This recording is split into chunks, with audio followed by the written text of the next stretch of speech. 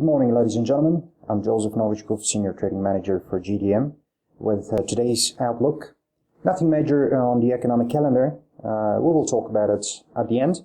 Right now, the Australian dollar strengthened towards a month high after a government report showed the nation's jobless rate unexpectedly decline in December.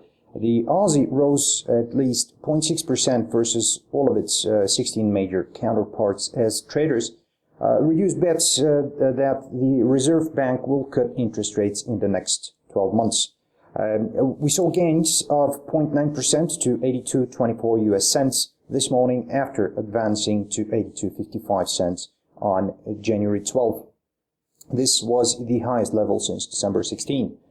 The Japanese yen fell for the first time in 5 days as stocks gains dampened heaven demand, and people familiar said Bank of Japan is considering extending 2 lending programs. The BOJ is likely to push back the deadline to apply for 2 lending programs by a year. The yen fell 0.3% to 117.72 per dollar after appreciating to 116.07 yesterday. That's the strongest since December 16 as well.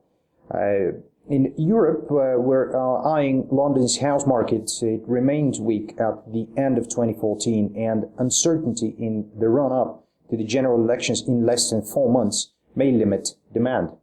We're looking at the GBP. The pound actually resumed its decline versus the USD today and is traded at 1.52 right now. European stocks advanced, rebounding from yesterday's drop as investors wait company earnings results. The Stocks Europe 600 index rose 1% to 343.02. Stocks slid from a 5-week high yesterday as energy and mining shares followed commodity prices lower on global growth concerns. The benchmark equity gauge is still 2.3% below an almost 7-year high reached December 5.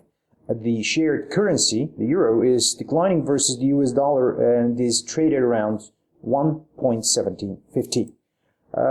Taking a brief look at the commodity sector, gold over there is trading below the highest level in 12 weeks as investors gauge the impact of plunging commodity prices on global growth and inflation against the outlook for US interest rates.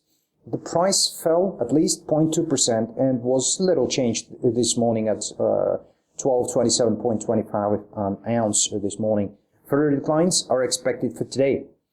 Oil resumes its decline after the biggest gains since June 2012 as U.S. crude production increased. Bolstering speculations a global supply glut that spurred last year's price collapse may persist. Futures dropped as much as 1.8%. Output surged to 9.19 million barrels a day last week, the fastest pace in weekly records dating back to January 1983. The Energy Information Administration reported that yesterday. Crude may fall below a 6-month forecast of $39 a barrel. That's a heavy impact on oil. That's all for today.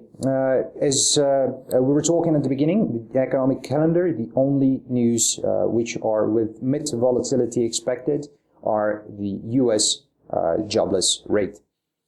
That's all for me for today. Thanks for watching. Bye-bye.